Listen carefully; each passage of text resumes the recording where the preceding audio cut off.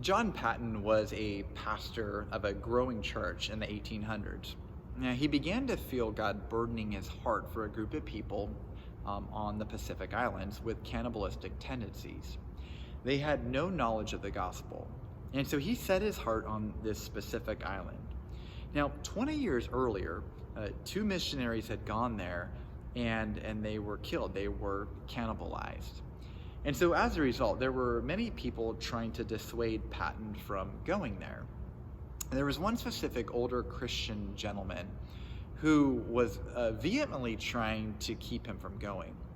And his argument, very simple, went like this. He kept saying, those cannibals, you're going to be eaten by cannibals. Well, John Patton replied, Mr. Dixon, you are well advanced in years now, and your own prospect is soon to be laid in the grave, there to be eaten by worms. I confess to you that if I can die serving and honoring the Lord Jesus Christ, that it will make no difference to me if my body is eaten by worms or cannibals. And in the great day of my resurrected body, it will arise as fair as yours in the likeness of our risen Redeemer. Now, those are powerful words, and I think they very much reflect beautifully the way Paul concludes his longest chapter on the resurrection. So I'm going to read chapter 15, verse 58 from 1 Corinthians. Therefore, my dear brothers and sisters, stand firm. Let nothing move you. Always give yourselves fully to the work of the Lord, because you know that your labor in the Lord is not in vain. Isn't this a beautiful way to conclude this chapter?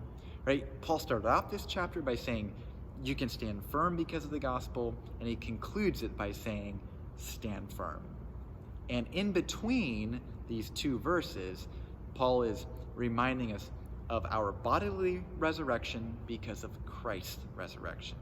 So Paul goes on to say, let nothing move you. Now, this would be impossible on our own, right? John Patton was unmoved by danger of where he went, as well as the fear that others sought to impart on him because the assurance of his bodily resurrection one day.